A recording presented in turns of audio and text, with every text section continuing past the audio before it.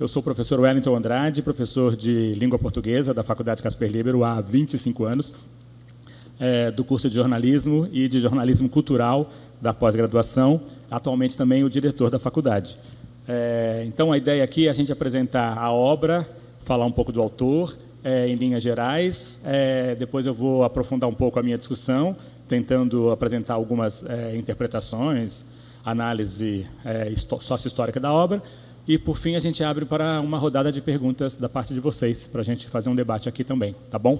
Antes de mais nada, eu queria dizer que nós temos 3 obras aqui do vestibular da Casper esse ano, e quase que de maneira, talvez, irônica ou ironicamente contraditória, o Gregório de Matos, que é o autor mais antigo dos 3 autores, talvez seja aquele cuja obra é a mais contemporânea, a mais moderna, e aquela que é aproveitada o tempo todo por sucessivas correntes de modernidade artística, literária e tal.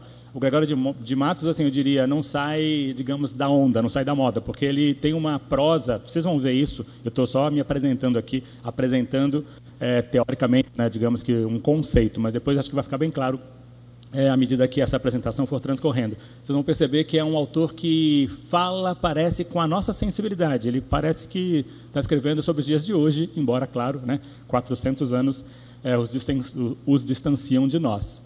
Então, vamos lá. Eu vou aqui falar muito brevemente, não é o objetivo desse encontro, de aspectos biográficos, porque eles repercutem especialmente na obra. Então, é como se, né, a vida do autor, em algum momento, em alguma medida, também influenciasse a sua confecção literária.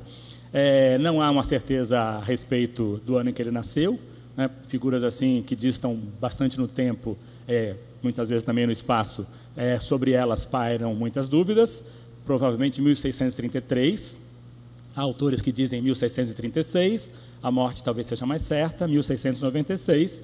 O que é importante, ele é formado em Direito, e aí em Coimbra. Então, aqui já temos duas informações relevantes. Ele é um sujeito que vai ajuizar sobre determinadas coisas, é uma poesia, muitas vezes, que faz julgamentos, é uma poesia de alguém que estudou Direito, claro, né, não somente quem estuda Direito tem condição de ser o juiz de uma sociedade, né, de uma determinada época, mas, certamente, os conhecimentos técnicos do Direito o fizeram, né, ter mais propriedade para fazer os julgamentos morais que ele faz.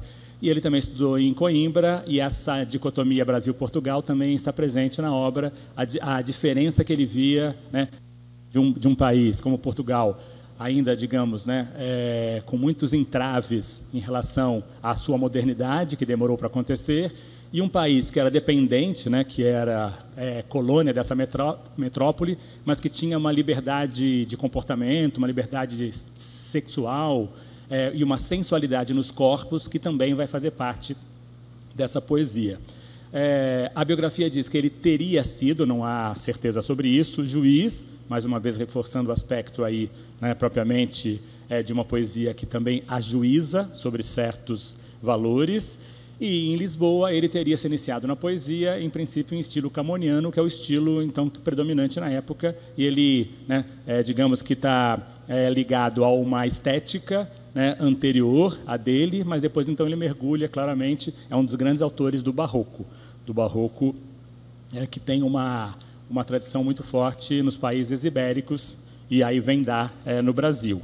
Eu tirei essa última frase aqui, eu coloquei em negrito essa expressão, porque depois ela vai aparecer de maneira contrária. Ele se casou e caiu nas graças do rei. Então, em algum momento, no primeiro momento da vida dele, ele é um predileto do rei e ele faz uma poesia encomiástica, uma poesia, digamos, de elogio, né? De elogio às figuras públicas, uma poesia, digamos, que é muito positiva. De certa maneira, a gente poderia chamar hoje de bajuladora, né? Que bajula, que faz elogios rasgados às figuras de poder. Mas também ele nunca abandonou o seu veio, digamos, satírico. É um grande satirista. A gente vai ver aqui também alguns poemas, vai ler daqui a pouco, e vai ficar claro. É um autor que sempre usou uma musa, digamos, né, uma musa irônica, uma música sarcástica, uma musa mordaz, sempre olhando para a vida, né, tentando extrair dela o seu lado pior, mas comunicando esse pior pela via do bom humor, como faz o sarcasmo, como faz a ironia. E aí, depois, um pouco depois desse momento, ele fica viúvo, perdão, e cai das graças do rei. Então, isso é interessante, né? Ele é um predileto que, de repente, ele é expulso e vira um pária, vira alguém que, né, digamos, é uma persona não grata, como a expressão latina diz.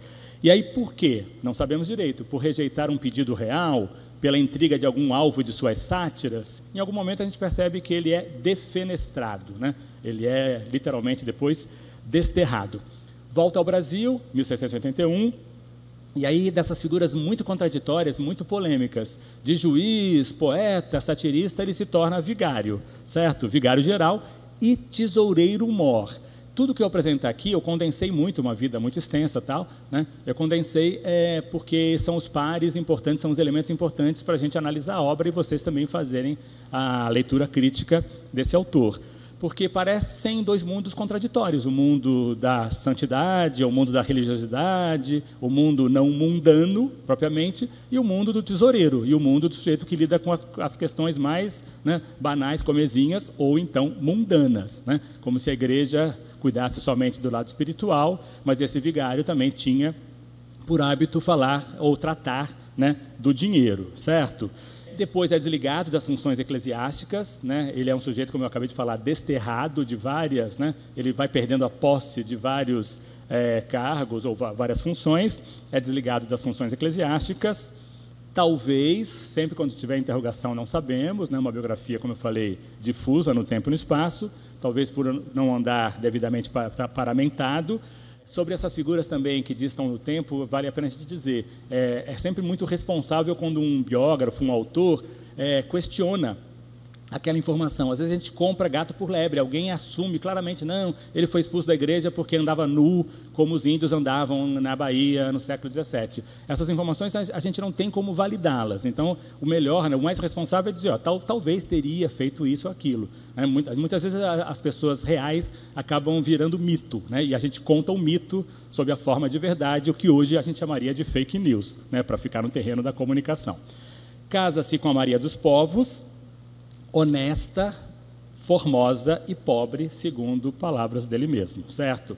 E aí começa, digamos que uma carreira no direito em que ele vai exercitar, na base da persuasão do discurso jurídico, jogos verbais, que é a grande capacidade que ele tem. É uma poesia fascinante pela capacidade que o autor tem de transformar a linguagem em pura ludicidade, é jogo constantemente, oposições, antíteses, né? Oxímoros, a gente depois vai ver também alguns desses recursos aqui.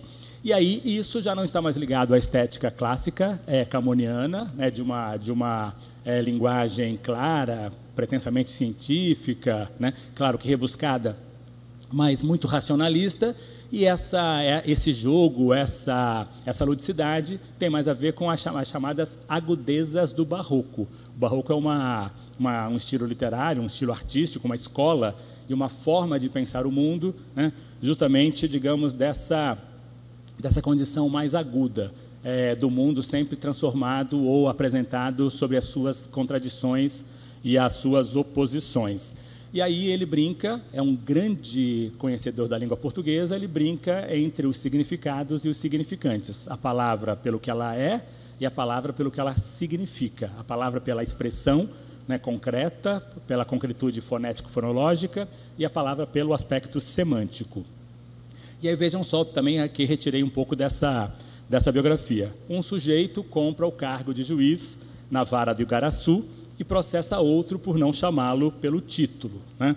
Defendendo o réu, o advogado, então, Gregório de Matos, argumenta: se tratam a Deus por tu e chamam el rei por vós, acho que vocês não têm aqui, desculpe, eu estou perdendo. Vamos ler aqui a última frase. Se tratam a Deus por tu e chamam el rei por vós, como chamaremos nós ao juiz de Igaraçu, tu e vós e tu? Vejam que sempre é uma poesia, digamos, feita em arabesco. É uma linguagem que, de repente, enreda nós, né, nos enreda leitores, numa voragem, digamos, de significados, e a gente entende, então, que por trás aqui tem uma bela brincadeira, uma grande ironia, em função, né, dessa demanda jurídica, né, que, na verdade, parece tão superficial tão desimportante, mas isso faz com que o poeta pense dessa maneira ou tenha essa expressão linguística. Bom, depois também teria abandonado a vida de advogado e saído pelo recôncavo baiano como cantador itinerante. O que se diz que ele saía, de novo, alguns biógrafos insistem na tese que ele saía nu, que ele tinha, né, pouca afeição às roupas, às vestimentas e aos códigos morais, né, culturais da sua época. Muitas vezes isso, como eu falei, fica somente no terreno do mito. Nessa época, então, teria se dedicado mais à poesia satírica e à poesia erótico-irônica. Sobre ela, depois eu aconselho vocês a procurarem, muitas delas estão disponíveis nas redes sociais, no Google, no mundo virtual, porque é uma poesia, assim, que eu diria, de maneira muito tímida, cabeluda. Ele fala de coisas, ele usa uma linguagem de baixo calão, de arrepiar, digamos que, né, os pelos das pessoas mais tímidas ou pelo menos pudicas. Então vale a pena vocês consultarem por vontade própria essa poesia. Ainda pensando na vida e obra, fazem suas sátiras uma crítica impiedosa à corrupção.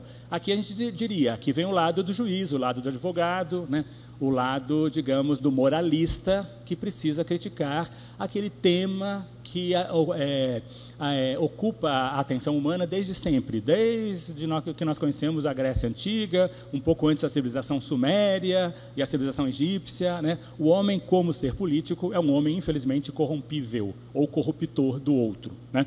E aí a gente sempre acha que a corrupção é uma pauta contemporânea, que é uma pauta do último governante ou do próximo governante. Não, a corrupção existe, infelizmente, há pelo menos 4.000 anos.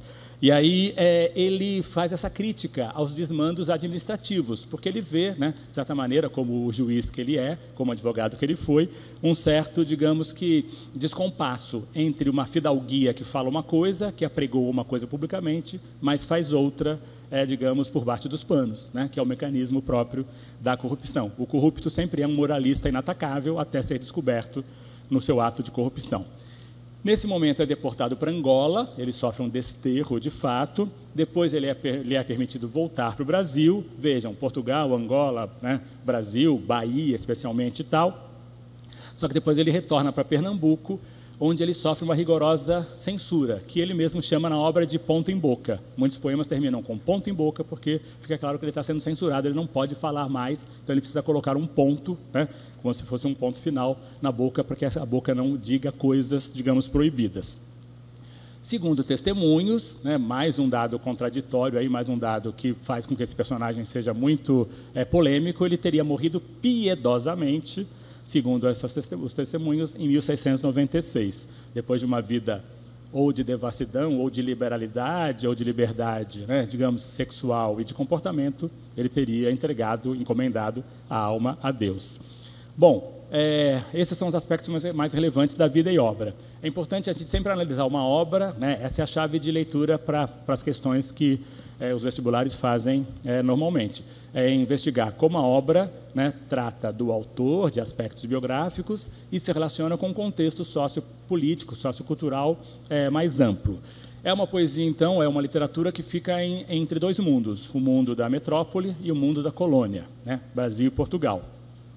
Em Portugal, o que prevalece nesse momento? A mentalidade jesuítica, certo? Então, existe, né, a Contra-Reforma, o movimento da igreja impiedoso, né, contra a liberdade das religiões evangélicas não católicas, né? A liberdade que o cristianismo adquire a partir do século XVI com as reformas, digamos, protestantes. E aí os jesuítas lideram propriamente, né, uma contra-reforma que seria quase que um tacão de ferro contra aquele cristão que ousa sair das hostes do poder de influência do Papa e do catolicismo classicamente.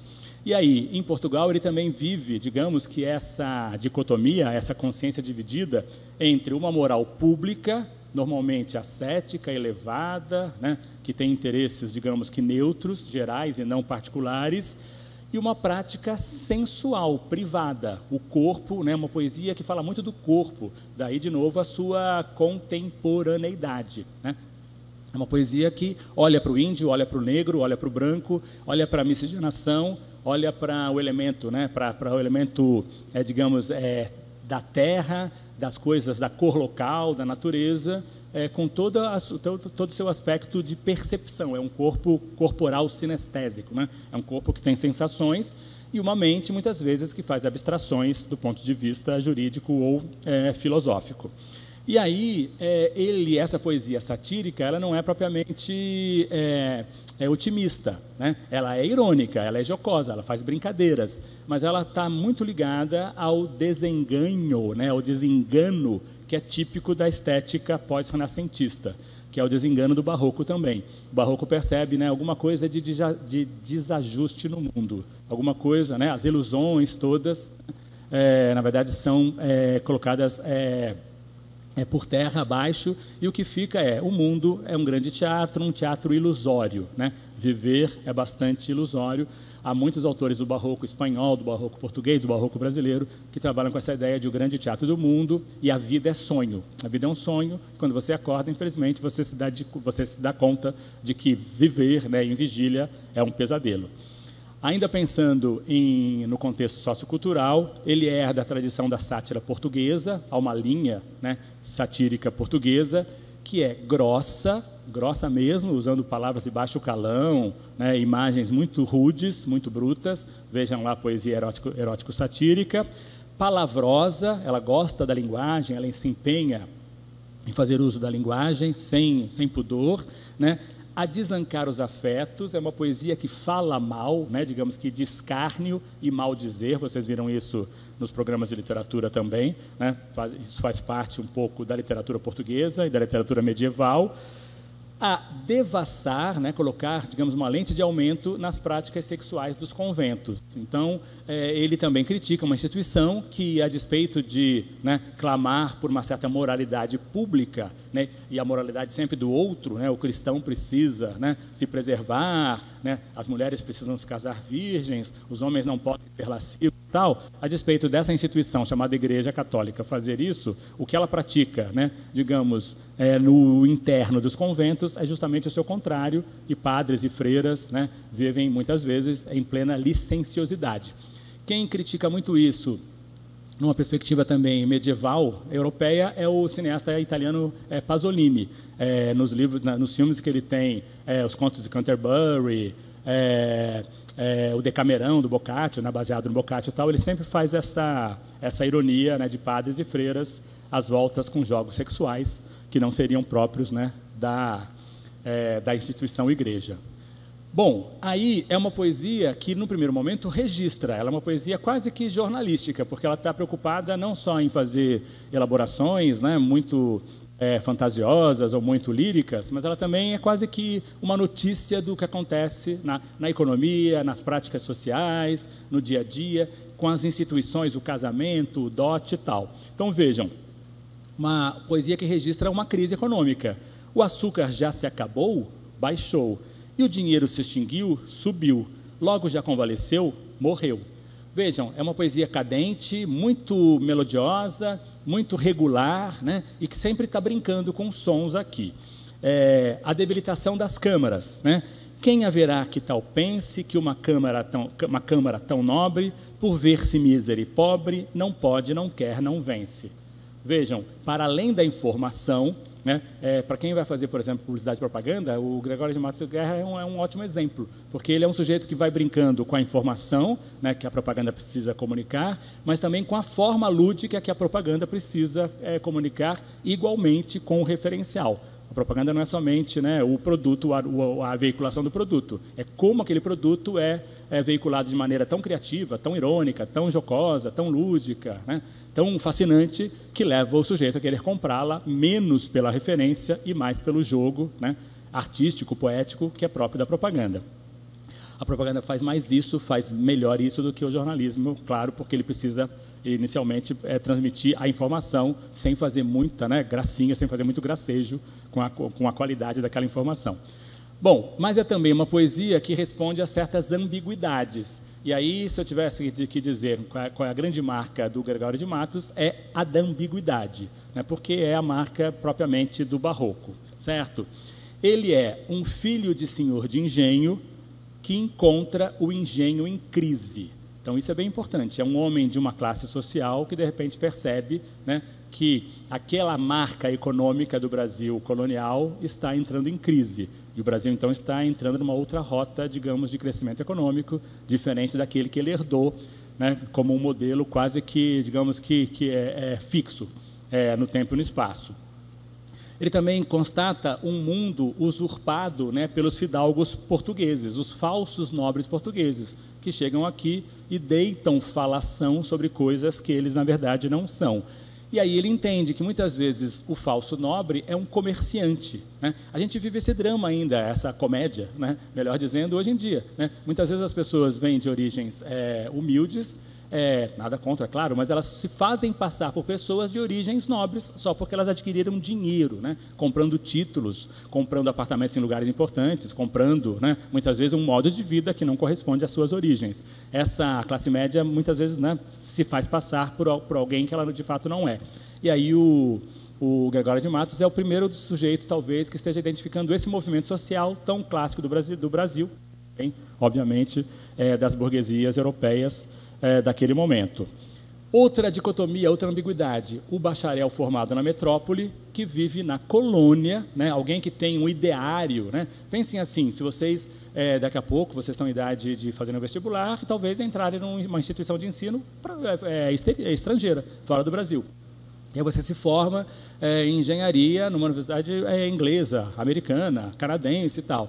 E aí você tem uma espécie de formação, talvez, né, muito voltada para aquele país, dadas as condições econômicas, culturais daquele país. E aí, por algum motivo, você precisa voltar para o Brasil, e aí você encontra ali, digamos, uma dicotomia, né? Uma coisa, puxa, eu me formei para fazer projetos de arquitetura e urbanismo, sociedade civilizada, num país, né, muito avançado, e estou tendo que dar conta aqui de um país, né, com entraves, com atrasos, com grandes favelas, com a maior favela, né, brasileira, que é Heliópolis, por exemplo, que fica em São Paulo, a segunda maior, que é Paraisópolis, e aí você diz, alguma coisa é contraditória, né, entre a aspiração de uma formação, talvez, universal, e a necessidade de ter que dar conta da cor local. E, por fim, a última ambiguidade, um poeta culto, alguém que, né, como eu falei, conhecia profundamente literatura, filosofia, a língua portuguesa, e que vive num ambiente iletrado, né, alguém que também está em descompasso ali entre uma cultura oral, basicamente, falada, e uma cultura letrada que ele herda dos estudos propriamente. Dessas ambiguidades todas, ele talvez seja uma figura interessantíssima porque ele cria, né, a ideia do poeta cantador. A poesia, né, a própria palavra lírica ligada à poesia, ela é alguma coisa que evoca música, né, algo que é cantado ou entoado ao som da lira, segundo os gregos lá, e segundo o deus, né, que preside a arte da lira, que é o deus Apolo. E aí, essa poesia lírica, aqui no Brasil, ganha ares de canto popular, de uma canção popular. Não à toa, muitos músicos populares no Brasil, como Caetano de Veloso, prestam muito tributo ao Gregório de Matos, porque acreditam que ele talvez seja, né, uma espécie de poeta popular de origem, né, o pai, o bisavô, o tataravô de todos os poetas populares contemporâneos. Eu era em Portugal, sábio, discreto, entendido, poeta melhor que alguns, douto como meus vizinhos. Chegando a esta cidade, logo não fui nada disto, porque o direito entre o torto parece que anda torcido.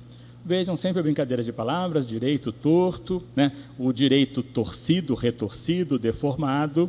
E aí, em muitos dos poemas, quase todos, sempre vai haver o desconcerto do mundo. O mundo não é para ser celebrado, o mundo é para ser lamentado, embora o lamento tenha uma pegada, né, irônica, tenha uma verve satírica. Falando em sátira, então, vamos pensar aqui, filosofar um pouco a respeito do que seja a sátira. Segundo um grande crítico canadense, Northrop Frye, a luta cômica de duas sociedades, uma normal e outra absurda. A sátira ocorre quando duas sociedades disputam, digamos, o terreno, né, em nome de uma normalidade e em nome de uma absurdidade. Alguma coisa está fora da ordem ali, né? Vejam, a gente entende muitas vezes que as coisas são somente dramáticas ou trágicas. A rigor, são absurdas. Absurdas vai aparecer aí, também em grego aquilo que não encontra lugar, certo? Eu sou carioca, eu vou para o Rio de Janeiro constantemente. Toda vez que eu passo lá na linha vermelha, eu tenho essa experiência absurda. Um país belíssimo como o Brasil, um país de vasta extensão como o Brasil, um país em que tudo pode ser feito ainda, e uma região terrível, como São Paulo há também, claro, estou falando de lá porque eu sou de lá, em que crianças brincam peladas na linha vermelha, ao lado de um soldado com uma metralhadora engatilhada e com urubus posando o tempo todo em cima das casas e dos postes de iluminação. Eu não penso que aquilo é propriamente trágico, eu penso é absurdo, está fora do lugar, porque não merece estar na nossa condição social. A gente teria condição, pelos governantes, por nós mesmos, pelas riquezas que nós temos como nação, tal, teríamos condição de produzir um novo tipo de urbanidade, uma nova ética social que não fosse aquela. Então a gente entende que aquilo é absurdo. O Gregório de Matos fazia justamente esse papel, entendia que alguma coisa, né, estava fora do lugar naquela Bahia, então, do século XVII.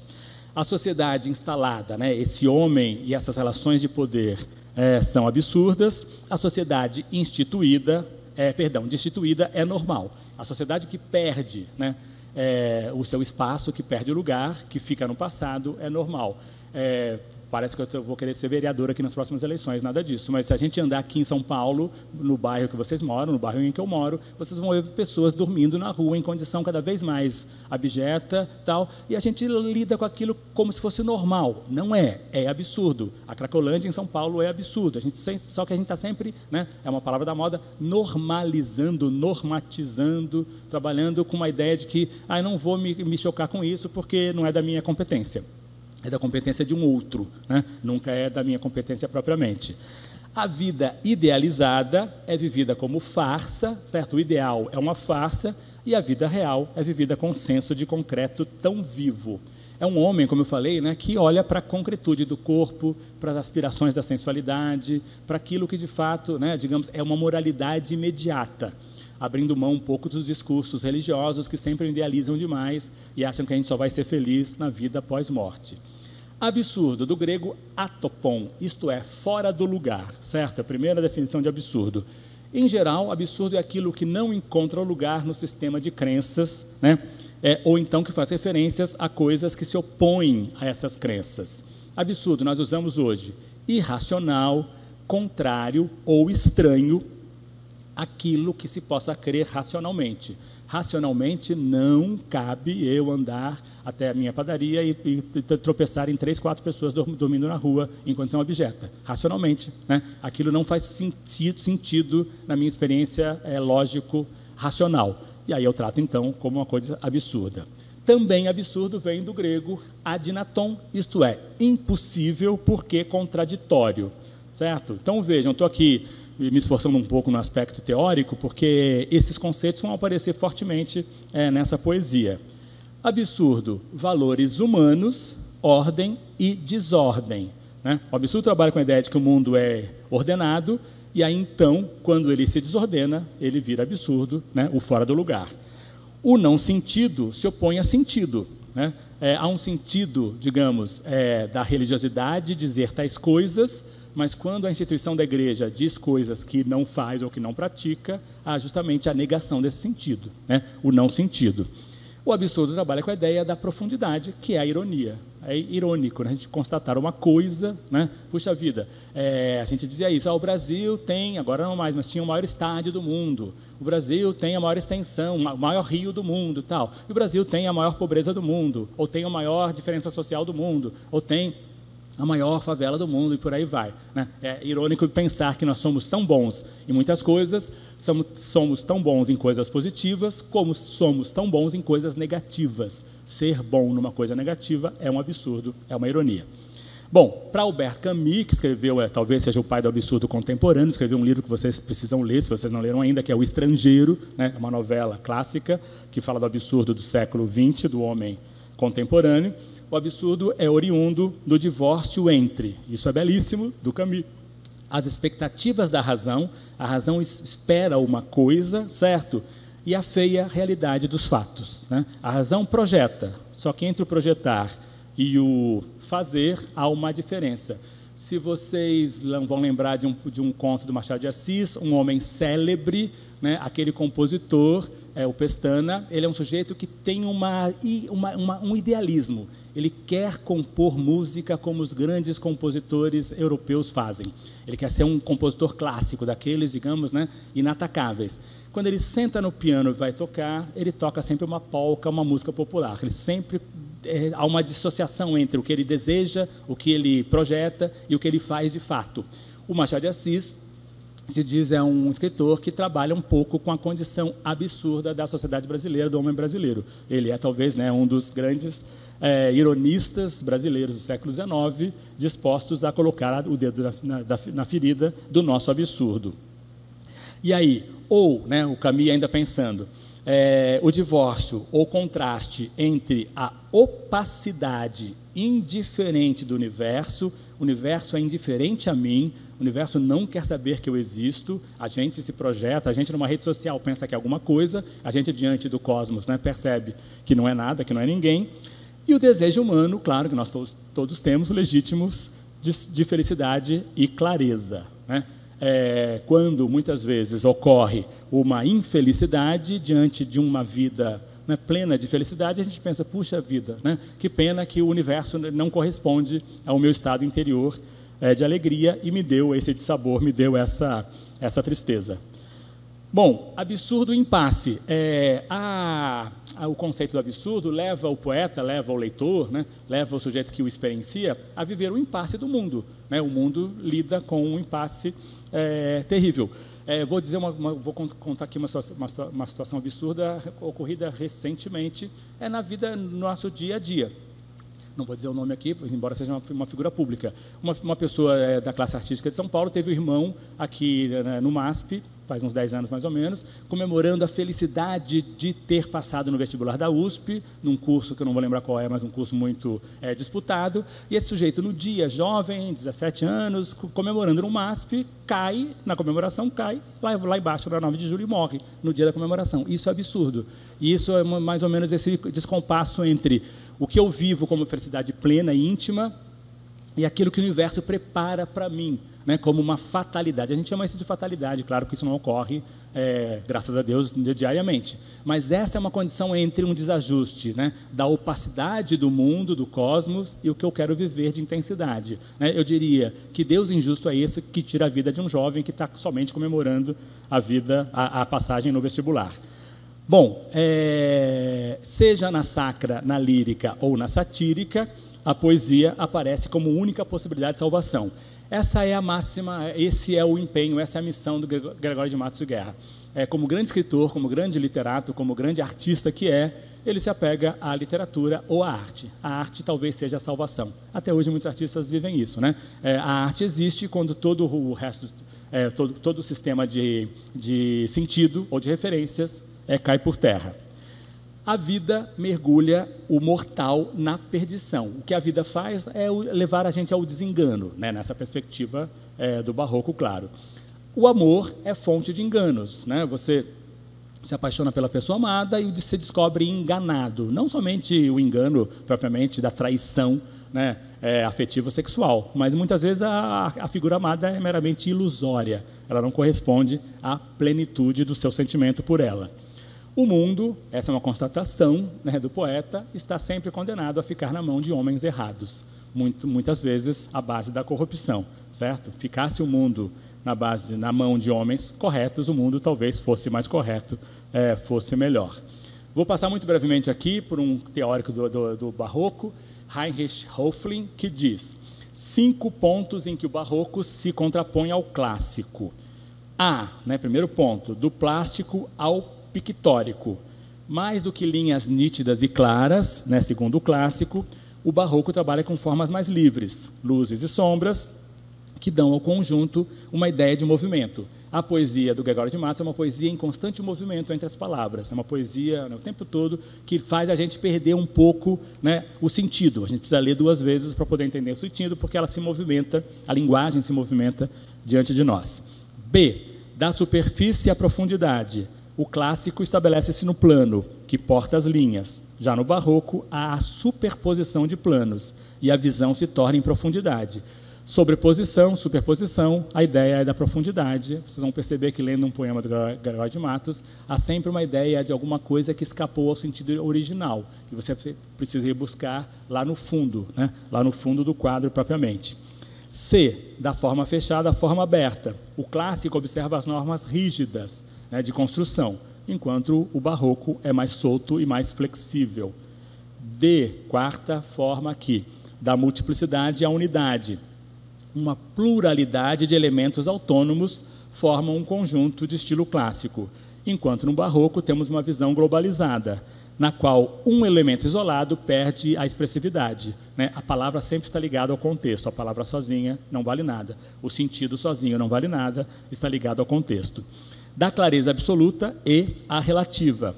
A visão da obra clássica é nítida, devido à distribuição das linhas e à composição em superfície. O barroco, por outro lado, com a superposição dos planos, já falamos, dando a ideia de profundidade, já falamos, e movimentos obtidos por contrastes entre luz e sombra, já falamos, a clareza torna-se parcial ou prejudicada. O que nós chamamos aqui de volteio, de curto-circuito. Você lê um poema, vou ler aqui alguns, a gente entra em curto-circuito porque a gente não entende, é bonito para burro, é sonoro, é melódico, mas é preciso pensar duas vezes antes de entender, de achar que entendeu o poema. Certo? Quais são, ainda pensando aqui no barroco, as características fundamentais da estética barroca? Primeiro, tentativa de fundir, numa certa, né, ambição, a suma perfeição entre as linhas que conduziram o pensamento europeu ao longo do século XVI.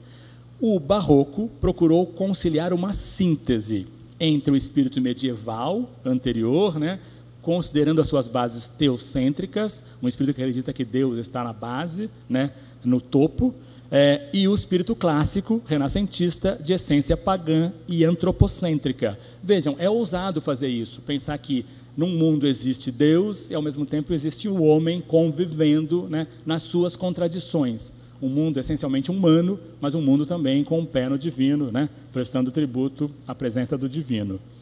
Ainda, na fusão entre orientações tão opostas, né, o alto e o baixo, e à primeira vista mutuamente repulsivas, haveria uma inevitável troca de posições. Ora o homem é elemento divino, ora o homem é somente elemento mundano, certo? Na forma que o maçom Moisés define muito bem, que se operaria na espiritualização da carne, a carne, por mais mundana que seja, leva à experiência da espiritualização, e a correspondente carnalização do espírito. O espírito, algo elevado, também pode, né, digamos, prestar tributo ao corpo e às sensações. Em resumo, era a luta por conciliar o claro e o escuro, a matéria e o espírito, a luz e a sombra, no esforço de anular, pela unificação, a dualidade básica do homem, dividido entre apelos do corpo e os da alma. Como o mundo anterior é um mundo cindido, o barroco vem justamente para bagunçar esse coreto e dizer, olha, o homem é tudo isso ao mesmo tempo agora. O homem, né, é fruto dessa experiência complexa e vertiginosa. Essa palavra é boa, vertigem, né? A vertigem que os gregos chamam de vertigem. Por que a Fórmula 1 é considerada um esporte? Porque propriamente o sujeito faz lá um programa de condicionamento físico? Não, porque dá vertigem das voltas em excesso e dá vertigem no espírito de tanto correr em velocidade e o corpo então entra em transe, né, pelas voltas em excesso. É uma poesia vertiginosa que faz com que o pensamento e a linguagem, né, preencha voltas em excesso. Quais as características fundamentais, já lemos aqui, da estética barroca? Vamos para o segundo ponto aqui.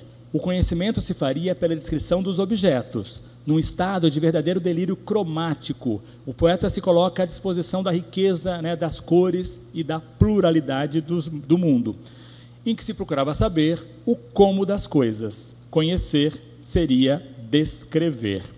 Aí, vamos pensar que a poesia barroca tende a transformar, essa é uma definição brilhante desse grande crítico francês, Gérard Genette. A poesia barroca tende a transformar toda diferença em oposição. Então, vejam, é uma operação concreta. O que é diferente, o poeta apresenta como oposto, certo? Toda oposição em simetria. O que é oposto parece equivalente. É uma operação artificial. Não existe na vida, existe na literatura. e a simetria em identidade. Tudo que é equivalente acaba sendo igual e sendo identitário, certo? Nos limites desse trajeto, professor José Miguel Wisnik, o diferente torna-se idêntico, o outro torna-se o mesmo. Daí o volteio. De repente, a luz é escuridão, o sol é treva, o amor é ódio, o homem é não humano e por aí vai. De repente, o barroco ajusta todas essas oposições, né? E os outros e os diferentes equivalem na poesia ao mesmo, ao idêntico. Esse tipo de formulação barroca indica que no mundo tudo é diferente e tudo é a mesma coisa. Vejam, se eu levo, né, vou aqui repetir para vocês porque essa é uma operação fundamental. Se eu sou levado a pensar dessa maneira, o que me resta é sentar e rir, ironicamente, sobre o mundo, ou de mim mesmo. Diferença vira oposição, oposição vira simetria, simetria vira identidade. Essa formulação leva a pensar que tudo é diferente e tudo é a mesma coisa. Sabem aquela formulação do escritor italiano Tommaso di Lampedusa, num romance famoso chamado Il Gattopardo, né, o Leopardo, em que ele diz: é preciso que as coisas mudem para que elas permaneçam como estão. É mais ou menos uma proposição de tipo barroco, certo? É preciso que tudo seja igual para que tudo seja diferente. Se eu penso assim, o que me resta fazer? Rir ironicamente da vida. Ah, então era isso afinal? Né? Ah, então o sentido da vida é essa contradição, certo? Bom, o homem barroco resolve no nível da linguagem, e aí o que sobra para ele é a linguagem, as questões não resolvidas por sua consciência dividida. Ele se apega à linguagem porque lá é jogo, lá é brincadeira, lá é ludicidade. A ordem barroca postula e suspende as contradições, fazendo o mundo vertiginoso, vertigem, rodar em excesso e manipulável. Uma das oposições, não é a única, mas uma das grandes oposições é entre corpo e alma. Paremos um pouco aqui de falar de teoria e vamos ler a poesia do Gregório de Matos, certo? Definição de amor. O amor é finalmente um embaraço de pernas, uma união de barrigas, um breve temor de artérias, uma confusão de bocas, uma batalha de veias, um reboliço de ancas. Quem diz outra coisa é besta. Vejam, poesia popular, oral, imediata, e a despeito de ter sido escrita no século XVII, tem uma contemporaneidade. O amor é finalmente um embaraço de pernas, uma união de barrigas, um breve tremor de artérias, uma confusão de bocas, uma batalha de veias, um reboliço de ancas. Quem diz outra coisa é besta. A definição do amor que os poetas, né, parnasianos, os poetas clássicos, os poetas de outras classes, de outras estéticas literárias, vão elevar a coisa do espírito, a coisa mais próxima de Deus. Aqui é a descrição naturalista, né, física, do que envolve, né, o ato do amor fisiologicamente. Mais do que naturalista, né, é fisiológica aqui a descrição. Bom, a obra é dividida a obra do Gregório, né, de Matos, em poesia de circunstância, poesia amorosa e poesia religiosa. Poesia de circunstância, aquela que se volta para a realidade circundante, o meio social, a cidade, o recôncavo. É o que a gente pode chamar hoje de poesia jornalística, poesia que trata dos fatos da vida social, da realidade, né, do dia a dia. Dentro dessa poesia motivada pela circunstância, o que é de fato, né, circunstancial, mundano, ficou a sátira social e a poesia que às vezes é classificada como graciosa, né, que envolve não a sátira propriamente, mas faz referências a acontecimentos pitorescos, engraçados, cômicos, né, como folguedos, festas, divertimentos. Juntamente ainda dentro da poesia de circunstância ficou a poesia encomiástica, a de elogio, encômio é um elogio, né, também atada à circunstância local. A poesia que faz elogio ao governador, ao padre, às autoridades da época, às mulheres, né, nobres, ou às mulheres bonitas, e por aí vai. Epílogos, que falta nesta cidade? Verdade. Que mais por sua desonra? Honra. Falta mais que se lhe ponha? Vergonha. O demo a viver se exponha. Por mais que a fama a exalta, numa cidade onde falta verdade, honra, vergonha. Vejam, a mesma estrutura tripartite, né, com que termina cada verso, volta de maneira muito rápida, muito, digamos que instantânea, para moralizar o que o poeta quer dizer. Que falta nesta cidade? O moralista falando, verdade. Que mais por sua desonra? Falta honra. Falta mais que se lhe ponha? Sim, falta sempre mais, vergonha. O demônio, né, a viver se exponha, por mais que a fama exalta, numa cidade onde falta verdade, honra, vergonha. A gente tem que ler nessa enfileirada mesmo de sentidos e de sons para que o poema tenha, né, esse efeito de sentido. Vejam, mesma estrutura. Quem a pôs nesse socrócio, negócio? Quem causa tal perdição? Ambição. E o maior dessa loucura? Usura, notável desventura de um povo nécio e sandeu que não sabe que o perdeu, negócio, ambição, usura. A palavra que tem um arranjo ali de um certo sentido volta acompanhada de outras palavras, né, que fazem sentido ali em cima e voltam, digamos, como um golpe, né, de efeito sobre a nossa sensibilidade. Aqui talvez seja o poema mais famoso do Gregório de Matos, A Cidade da Bahia, A com crase. Quem tiver interesse, vai lá no Spotify, vai nas plataformas digitais e coloca lá Triste Bahia, que é uma belíssima canção do Caetano Veloso, a partir desse poema, está no disco Transa, de 1972, que é uma das gravações mais bonitas do Caetano. Triste Bahia, ó quão dissemelhante estás, estou do nosso antigo estado. Pobre te vejo a ti, tu a mim empenhado. Rica te vi eu já, tu a mim abundante. A ti trocou-te a máquina mercante, quem tua larga barra tem entrado. A mim foi me trocando e tem trocado, tanto negócio e tanto negociante. Deste em dar tanto açúcar excelente, pelas drogas inúteis que abelhuda, simples aceitas do sagaz brichote, ó se quisera Deus que de repente um dia amanheceras tão sisuda que fora de algodão o teu capote.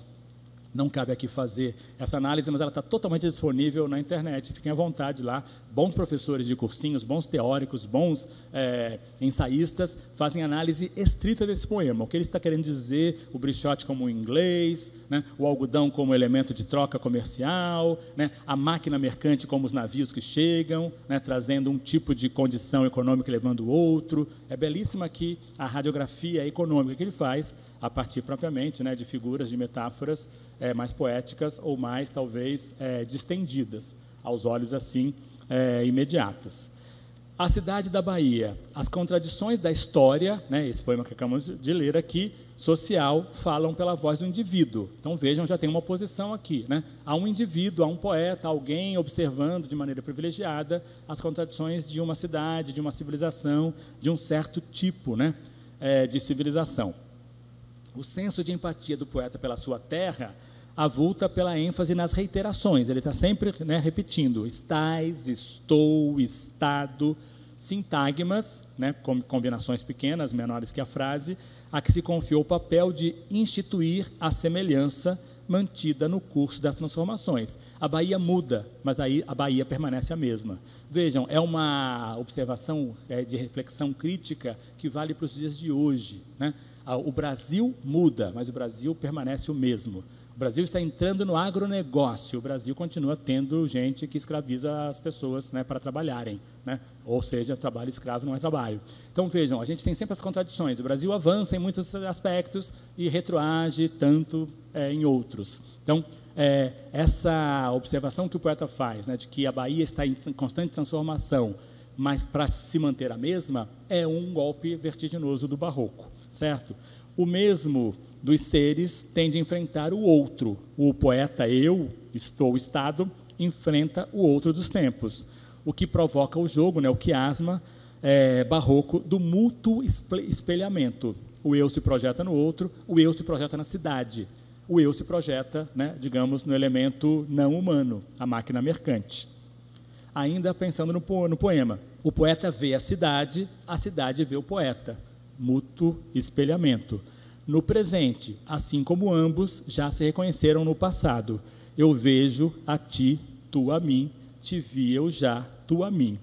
A qualidade do ser, refletida nos olhos de cada um, é o que se mudou com o passar dos anos. Da antiga riqueza, caiu-se na pobreza de hoje. Talvez o poema agora faça mais sentido, né? Triste Bahia, ó quão dissemelhante, estou do nosso antigo estado, pobre te vejo a ti, tu a mim empenhado. Rica te vi eu já, tu a mim abundante. A ti trocou-te a máquina mercante, que em tua larga barra tem entrado. A mim foi-me trocando e tem trocado, tanto negócio e tanto negociante. Deste em dar tanto açúcar excelente, pelas drogas inúteis que abelhuda, simples aceitas do sagaz brichote. Ó, se quisera Deus que de repente, um dia amanheceras tão sisuda, que fora de algodão o teu capote. Então vejam que esse jogo aqui está implícito, a gente conhecendo melhor os sentidos, o poema faz mais, mais luz para nós, a gente não conhecendo, o poema é puro jogo entre palavras e entre sentidos ainda. Contemplando nas coisas do mundo, desde o seu retrato, lhe atira com seu apage, arreda, como quem a nado escapou da tormenta. Esse também é um poema muito famoso, entra em todas as antologias do Gregório de Matos. Neste mundo é mais rico que mais rapa, quem mais limpo se faz tem mais carepa. Com sua língua ao nobre o vil decepa, o velhaco maior sempre tem capa. Mostra o patife da nobreza ao mapa, quem tem mão de agarrar ligeiro trepa. Quem menos falar pode, mais increpa, quem tiver dinheiro pode ser papa. A flor baixa se inculca por tulipa, bengala hoje na mão, ontem garlopa. Mais isento se mostra o que mais chupa, para a troca do trapo vaso a tripa, e mais não digo, porque a musa topa em apa, epa, ipa, opa, upa.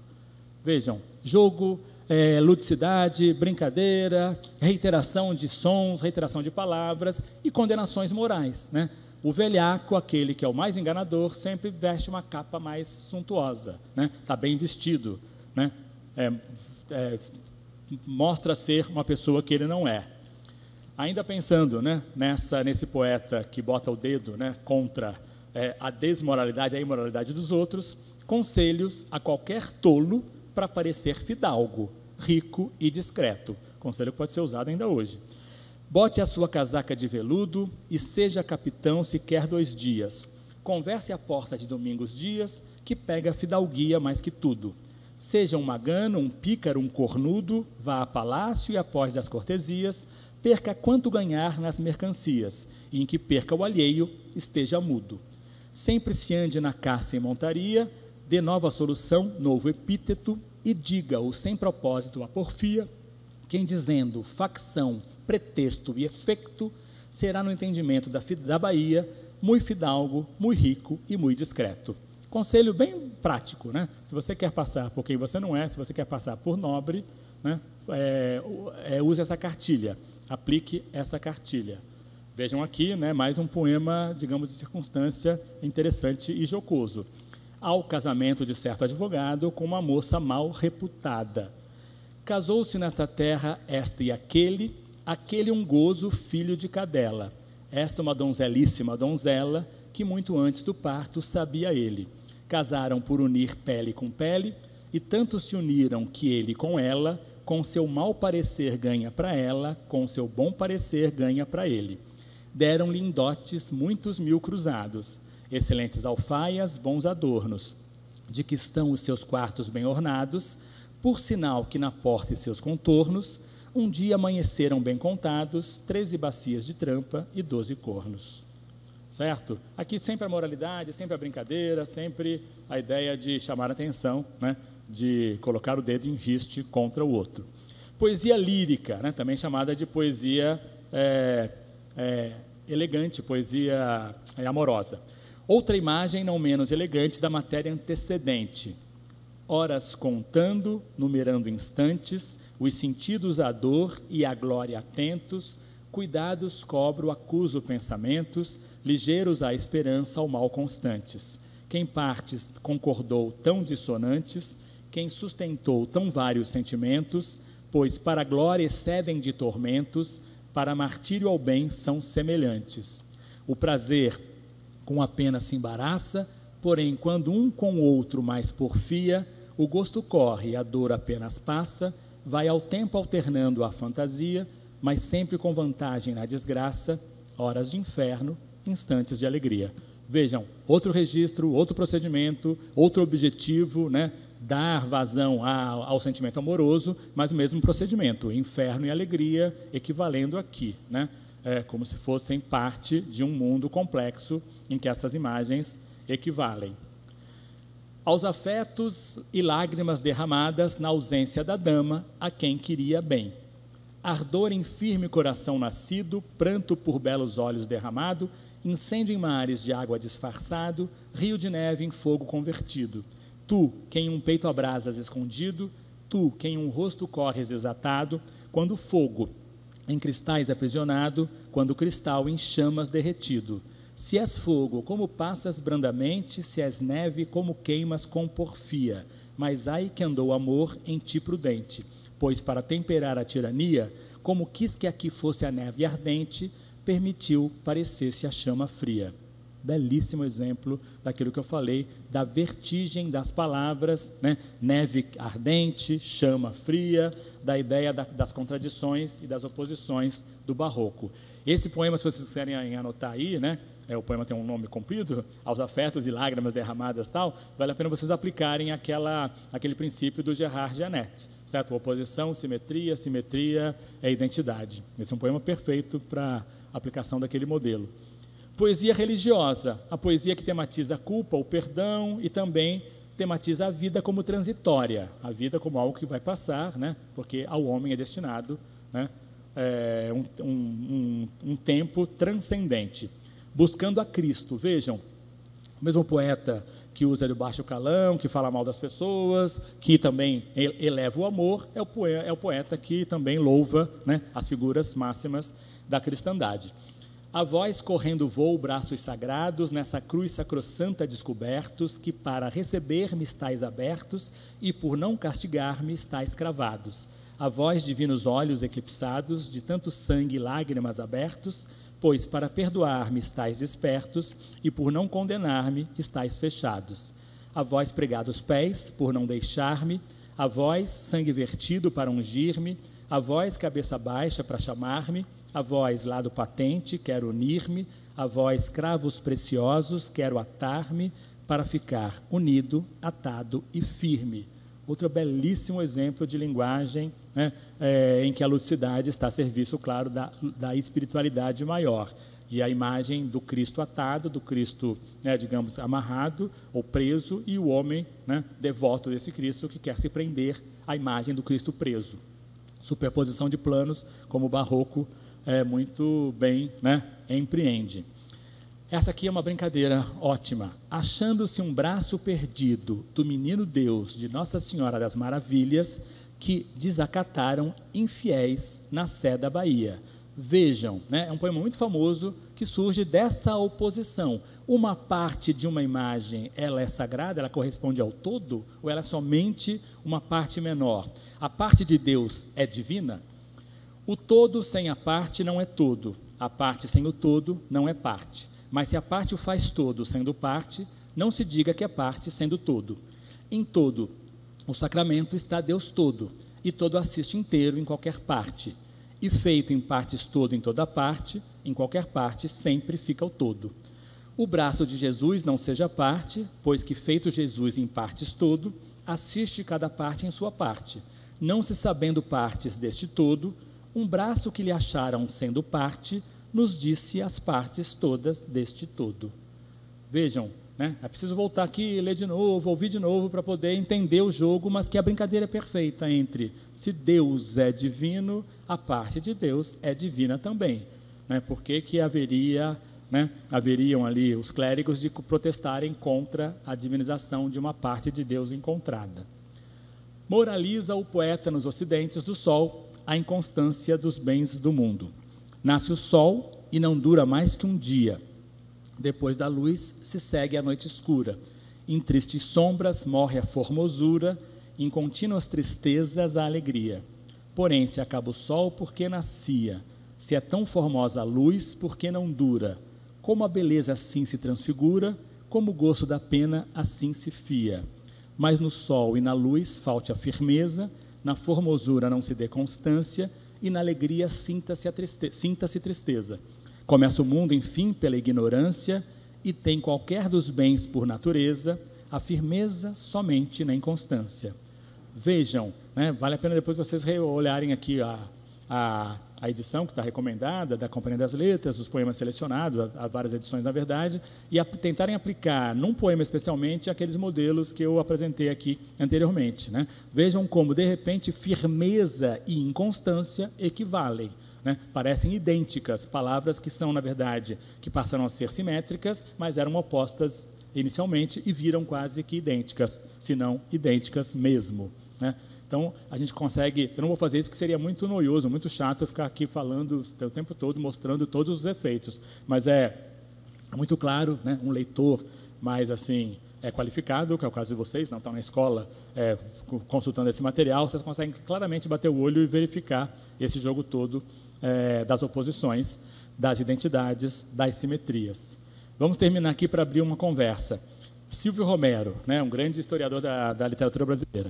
Gregório de Matos é a mais perfeita encarnação do espírito brasileiro, com sua facécia, brincadeira fácil e pronta, seu desprendimento de fórmulas, seu desapego aos grandes, seu riso irônico, sua superficialidade maleável, seu gênio não capaz de produzir novas doutrinas, mas apto para desconfiar das pretensões do pedantismo europeu. Gregório é o discípulo de padres que começa por debicá-los, escarnecer deles e duvidar de sua santidade e sabedoria. Se há alguém no Brasil, se pudesse conferir o título de fundador da nossa literatura, esse deveria ser Gregório de Matos Guerra. Foi filho do país, teve mais talento poético do que Anchieta, foi mais do povo, foi mais desabusado, mais mundano, produziu mais e num sentido mais nacional, certo? Apesar de eu ter falado aqui, vale a pena dizer que eu usei basicamente o belíssimo ensaio do professor Alfredo Bose, do Antigo Estado, a Máquina Mercante, para analisar o poema Triste Bahia, que está no livro dele, Dialética da Colonização. Usei a edição dos poemas escolhidos, que é o que eu apresento aqui, da Companhia das Letras, e o professor Massou Moisés, a literatura portuguesa, da editora Cultrix. Temos 15 minutos para bater papo aqui a respeito da poesia do Gregório de Matos Guerra. Só não vale perguntar o que vai cair na prova. Pergunta clássica: quem vai fazer jornalismo? Concorrência. Quem vai fazer publicidade e propaganda? Quem vai fazer relações públicas? Quem vai fazer rádio, TV e internet? Muito bem. Fiquem à vontade aí para me perguntar coisas, para fazer questionamentos. Boa tarde. Você poderia falar um pouco mais sobre a parte da poesia amorosa e lírica, que não ficou tão claro para mim? A poesia, tematicamente, as poesias, né, a divisão entre os poemas se dá mesmo pelo tema, é o tema do amor. O que eu pedi para vocês verificarem é que, tanto no amor, quanto na poesia de circunstância, quanto na poesia satírica, o que acontece é o jogo entre as oposições, né? Aquilo que eu chamei aqui, de tudo que eu falei, que eu acho mais importante para a gente reter como, não informação, mas como experiência, a poesia barroca tende a transformar toda a diferença em oposição. Leiam lá os poemas amorosos. O que é diferente, uma coisa é ser diferente da outra, vira oposta, vira contrária. Diferença não é contrariedade, não é oposição, certo? Depois, toda oposição parece que é simétrica, é uma operação muito engenhosa, né? Toda oposição, a rigor, parece que é equivalente. Opostos dizem coisas em relação a sentidos contrários. E, por fim, então, a simetria, o que é simétrico, vira idêntico. Não, são coisas muito diferentes. Simetria é uma coisa, identidade é outra, né? A gente pensa assim, nossa, eu estive no Canadá lá igual ao Brasil. Não, tem uma bruta diferença, né? Talvez você encontre pontos de equivalência, mas não identidade. Identidade não há. Brasil é Brasil, Canadá é Canadá. Vejam lá que no poema de amor, vamos voltar aqui que acho que fica mais fácil. Definição de amor.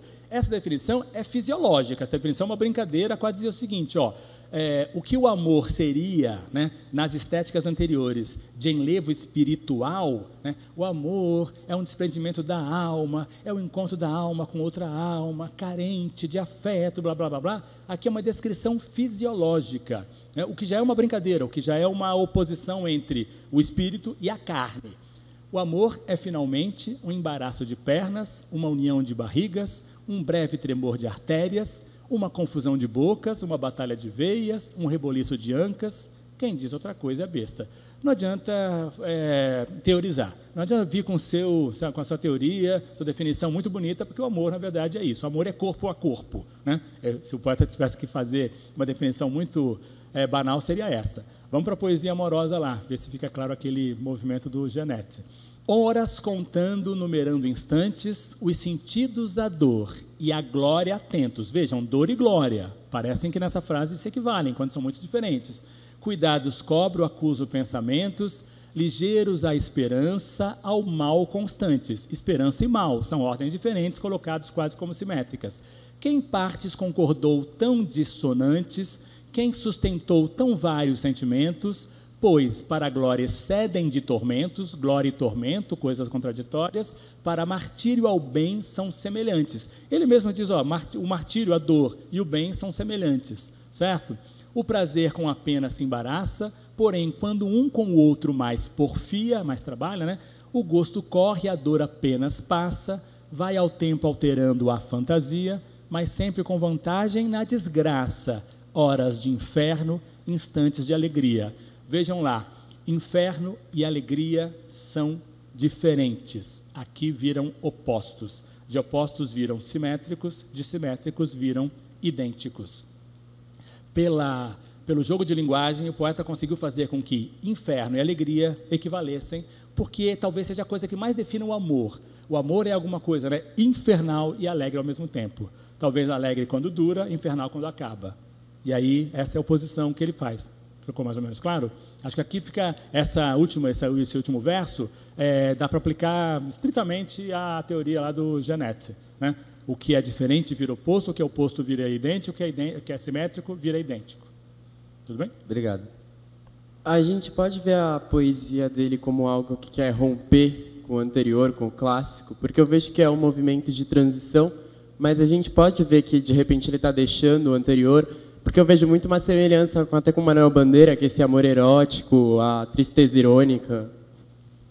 Então, se opõe ao anterior, sim, né? Eu falei isso no começo, apesar de ele ter uma formação clássica, camoniana, ele se afastou dessa formação, classicamente, e essa oposição que você vê no Manuel Bandeira, a rigor é de muitos poetas ao mesmo tempo, né? É do modernismo também, por isso que o modernismo, de certa maneira, recuperou bastante o Gregório de Matos Guerra por essas oposições todas expressivas. Então, a gente diz assim, é uma poesia que se opõe ao modo clássico, né, digamos, formal, racional, racionalista, claro, de ver o mundo.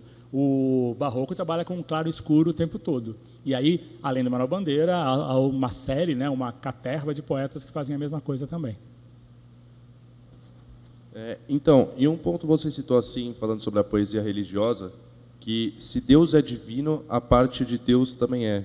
E eu não entendi direito essa relação, queria que você explicasse um pouquinho mais. Vamos voltar ali então, porque sempre é legal a gente voltar no texto mesmo para verificar. Vejam que acontece a partir de uma circunstância. Esse poema talvez seja o mais famoso dessa envergadura religiosa. Achando-se um braço perdido do menino Deus, de Nossa Senhora das Maravilhas, que desacataram infiéis na Sé da Bahia. Houve lá uma contenda porque se acreditou que um braço de uma imagem não representa a imagem, logo é alguma coisa para ser descartada. E o poeta vai brincar com essa possibilidade. Se Deus está representado no todo, uma parte desse todo é divina, certo? Porque aí é uma oposição quase que, digamos que absurda. Ora, se Deus é tudo, Deus está em tudo, Deus está naquela parte também. E ele vai fazer essa brincadeira que é um jogo de vertigem entre as palavras parte e todo. O todo sem a parte não é todo. A parte sem o todo não é parte. Mas, se a parte o faz todo, sendo parte, não se diga que é parte, sendo todo. Em todo o sacramento está Deus todo, e todo assiste inteiro em qualquer parte. E feito em partes todo em toda parte, em qualquer parte, sempre fica o todo. O braço de Jesus não seja parte, pois que feito Jesus em partes todo, assiste cada parte em sua parte. Não se sabendo parte desse todo, um braço que lhe acharam sendo parte, nos disse as partes todas deste todo. Vou fazer uma imagem aqui, uma metáfora semelhante. Se você vai à igreja, você é cristão, vai à missa, e você, por algum motivo, o padre te dá meia hóstia em vez de uma hóstia inteira, ora, você tomou meio Deus, você tomou somente metade da consagração? Se Deus não está ali, ele não está no todo? Ou existe uma condição, olha, a partir de 100 gramas a hóstia, Deus está lá. Menos de 100 gramas, Deus não está lá. Essa é a brincadeira que ele faz. E aí, o que eu li aqui, insisti, como eu falei para vocês, é vertigem, porque chega uma hora que você dá uma volta no nosso pensamento, na nossa sensibilidade. Aonde ele quer chegar, na verdade? A brincadeira é, a parte e o todo equivalem, embora nós saibamos que não, né? Na vida real concreta, se eu sou um escavador, um arqueólogo, e eu descubro uma parte de uma estátua romana do século I depois de Cristo, eu não tenho a estátua toda, mas pelo menos eu tenho parte dela, que já é alguma coisa valorosa num mercado de antiguidade. Ele está expondo essa relação para um mundo, digamos, em que é absurdo pensar que não há divindade na parte, porque a parte faz parte do todo. Se todo é Deus, a parte também é Deus. Tudo bem? Querendo saber mais sobre o autor. Ele era conhecido como Boca do Inferno, porque nos seus poemas ele não tinha papas na língua e falava, citava nome de governador da época. E eu queria saber que você falou que ele foi censurado em Pernambuco. E quando isso aconteceu, ele teve que mudar a estrutura das suas poesias? Não, ele incorporou, como bom ironista, ele incorporou a expressão ponto em boca, brincando, dizer, a partir daqui, ele dizia, continuou dizendo, e aí a biografia deixa bem claro que não houve uma perseguição tão, digamos, contundente quanto ele imaginou que pudesse haver. Ele só foi convidado a não voltar para a Bahia, sim, para Pernambuco, mas ele morreu, né, como eu mostrei para vocês, consagrado, não morreu, torturado pela Inquisição e tal, porque ele mesmo incorporou esse modelo da ironia de dizer, agora não posso mais dizer, mas dizendo. Né, de novo, a ironia do barroco. Dizia, embora dissesse que não estava dizendo.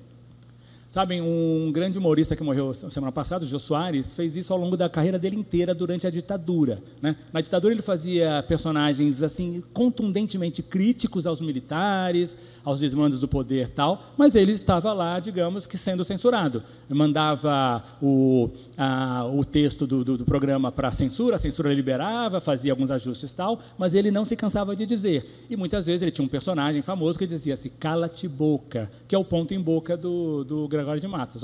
Não posso mais dizer, não posso, mas dizendo mesmo assim. Então é a ironia, digamos, dos grandes satiristas, né, que conseguem fazer esse jogo de oposição entre o dizer e o não poder dizer, mas dizendo. A linguagem culta que o Gregório usava fazia com que a obra dele se dedicasse a um público específico, ou o popular também sentia essa espécie de dificuldade com as obras dele?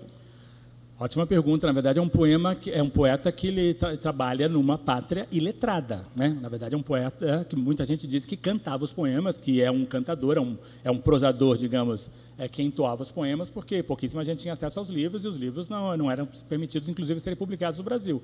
Então, tem há um esforço muito grande para reunir a obra póstumamente, depois que ele morre, né? Muita gente tem um código chamado James Amado, que é o código mais completo das poesias, dos poemas dele, embora alguns poemas sejam contestados pela autoria, mas assim, é uma tentativa de reunir tudo aquilo que se dizia que ele falou, que ele entoou durante a vida dele. Então, é uma contradição também que ele usa na poesia, né? Ele é um homem muito culto, um advogado, letrado, formado nas melhores universidades de Portugal, que chega num país em que as pessoas mal, né, falam o português culto, né, clássico, não falam o português estrupiado. E ele usa esse expediente. Vejam lá, se vocês olharem de novo, tem palavras muito cultas, palavras muito eruditas, e tem expressões muito orais, né? Apa, epa, ipa, opa, upa, de moralidade absurda. Embora ele use increpa, né, e estulto, e coisas, digamos, mais da ordem do mundo letrado. É a contradição do barroco também, que ele aplica ao Brasil. O letrado e o iletrado convivendo no mesmo sistema de referências. Quem faz isso brilhantemente hoje no Brasil é o rap, certo? É a música das periferias. É uma música que ela consegue, ao mesmo tempo, crioulo, para mim, é um exemplo clássico disso. Um homem que cita Foucault nas letras dele, cita Robespierre nas letras dele, ao mesmo tempo usa de uma oralidade que o rap, né, que a música, digamos, periférica tem de fazer uma comunicação instantânea. São os dois Brasis ali que ele está vivendo. O Brasil que ele está retratando. O Brasil de quem não vive no banco escolar, infelizmente, injustamente, e o Brasil de alguém que tem a dizer na sua linguagem própria das ruas, né? A linguagem das ruas. Devido às contestações que ele fazia, que eram bem pontuais, chegou a ter alguma mudança na estrutura da sociedade? A sociedade ela era impactada, de certa forma, mesmo sendo iletrada? Houve algum impacto mais significativo? O impacto sempre é negativo. O impacto é se voltar contra a pessoa que está apontando para os defeitos da sociedade e mandar ele para Angola, certo? Mandar ele para Pernambuco. O impacto nunca... A gente diz assim, que bom que houve uma consciência crítica dessa natureza. Embora, de novo, também não podemos endeusar demais os poetas, né?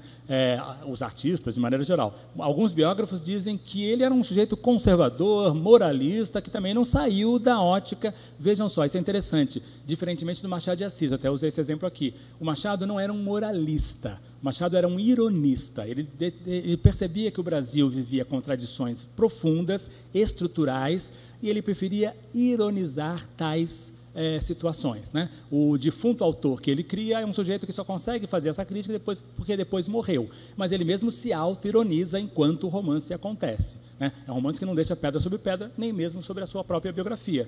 Não vou deixar herdeiros, porque eu não quero, né, ninguém ser herdeiro da minha miséria, né? Não fica pedra sobre pedra.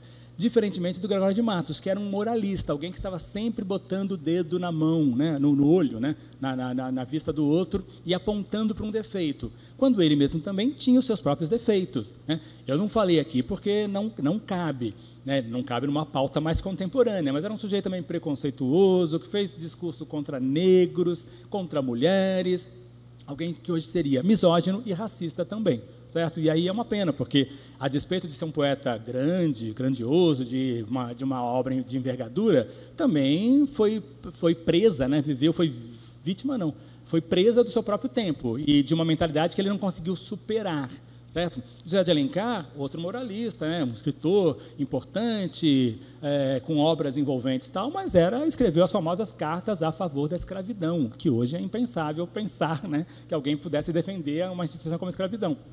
Então, essas contradições, né, ele apontou para erros de uma sociedade da qual ele fazia parte e também tinha, digamos, comprometimento, tinha a sua parte, né, digamos, a ser criticada, né? O lado misógino e o lado racista dele hoje são odiosos, sem dúvida alguma. Então, ele também acabou, né, digamos, sendo um ser igual à sociedade que ele criticou. É o que alguns biógrafos dizem. Tudo bem? Como ele tinha sido ele passou grande parte da sua vida em Portugal, estudando e tudo mais, e por ele, no começo, ter sido um poeta camonista, qual foi a repercussão em Portugal com todas as obras dele aqui no Brasil, essa ideia dele ser um cara que batia muito, que satirizava muito a ideia o governo, a ideia de como a Bahia vivia principalmente? Como é que foi essa ideia que o povo, Portugal, já que ele por certo tempo até foi, como você mesmo disse, foi acolhido do rei, vamos dizer assim, como é que ele foi visto lá depois disso tudo, depois de ter sido mandado embora? Então, vamos pensar que é um sistema de referências muito diferente de hoje, né? Não tem instantaneidade. Imagina que entre escrever um poema e ele ser conhecido demora um bom tempo e não tem a publicidade, não tem a publicação, né? Não tem rede social, não está no Instagram. Na época não tinha Instagram para comunicar os poemas dele. Então não existe essa ideia instantânea, não. Ele é um sujeito assim que começa a ser, digamos que, elogiado, porque alguém, né, essa ideia da poesia encomiástica é bem importante para a mentalidade lusitana, ou ibérica, de maneira geral, né? O conhecimento serve somente como ornamento. É uma figura muito interessante assim, né? O que é o conhecimento para uma sociedade como os ingleses apregoam? É um conhecimento que serve por ele mesmo. Conhecer é importante para conhecer. Então, essa sociedade se dá à filosofia. O que é conhecimento para uma sociedade como a americana? O conhecimento é aplicado, ele é prático. É bom conhecer para melhorar a vida social, política, econômica, tal, né? Você pode teorizar, mas desde que a teoria vire uma grande ponte, uma grande arma atômica, alguma coisa também beneficia a sociedade. O que é conhecimento para o mundo ibérico, português e espanhol? Conhecimento é somente ornamento, é isso aqui, é um anel. Não serve para nada, mas deixa o meu dedo mais bonito, se isso for o caso. E aí, o conhecimento, muitas vezes, para o mundo ibérico, nós herdamos esse conhecimento.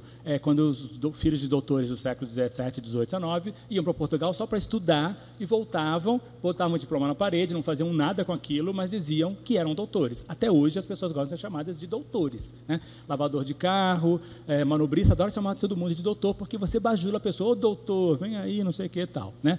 O Gregório de Matos viveu nessa ordem social em que bajular era importante.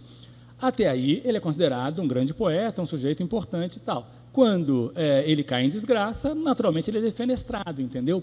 Mas a obra mesmo, a reflexão crítica sobre a obra, essa profundidade que eu apresentei aqui, porque os autores apresentaram, ela é bem posterior. Na época só se dizia que era um sujeito boquirroto, era alguém, né, com boca do inferno, alguém que não merecia, né, estar na vida social porque falava mal dos outros. Agora, a profundidade, a agudeza, fazer parte do sistema do barroco tal, é bem posterior. A vida mesmo contemporânea não conheceu esse Gregório aprofundado que a letras, né, que o mundo das letras apresenta agora. Temos uma última pergunta, tudo bem? São 4h30, temos uma penúltima pergunta e uma última lá, tudo bem? Acho que alguém levantou a mão ali? Não. Não. Então, acho que é a última mesmo. Boa tarde. A minha dúvida é sobre a composição em si dos poemas escolhidos. Houve alguma predominância dentre as 3 fases do autor, da circunstância, amorosa ou religiosa? Você diz essa edição aqui? Sim. Não, o Zé Miguel Wisnik, que é um professor lá da USP, optou por fazer essa seleção porque ele acredita que é a seleção mais, digamos que, ilustrativa desses movimentos todos. A gente vai ficar aqui mais, inclusive, com a poesia de circunstância e a poesia satírica. A poesia amorosa menos, a poesia religiosa bem menos ainda, porque a gente acha que essa poesia tem mais exemplos, né, se aplica melhor a elas o modelo do Gerard Janete, as considerações do Marçom Moisés, a leitura que o Bose faz do poema Triste Bahia, que é lindo e tal. Então, essa poesia tem mais exemplos, digamos, para serem, né, examinados. Mas o critério aqui é editorial. Se você quiser conhecer a obra toda, tem lá o código, está publicado, o código James Amado, que é o sujeito que conseguiu reunir o que ele chama de a poesia total, global, de Matos Guerra. Pessoal, vou encerrar por aqui, então, muitíssimo obrigado. Eu volto semana que vem, na outra, eu volto para falar do próximo romance. Como eu estou ficando velho, a Larissa vai me ajudar para dizer que romance que é e que data que é. Dia 14 de setembro, Terra Sonâmbula, e dia 28 de setembro, 9 noites. Tá? Obrigado, valeu, boa tarde. Obrigada, professor.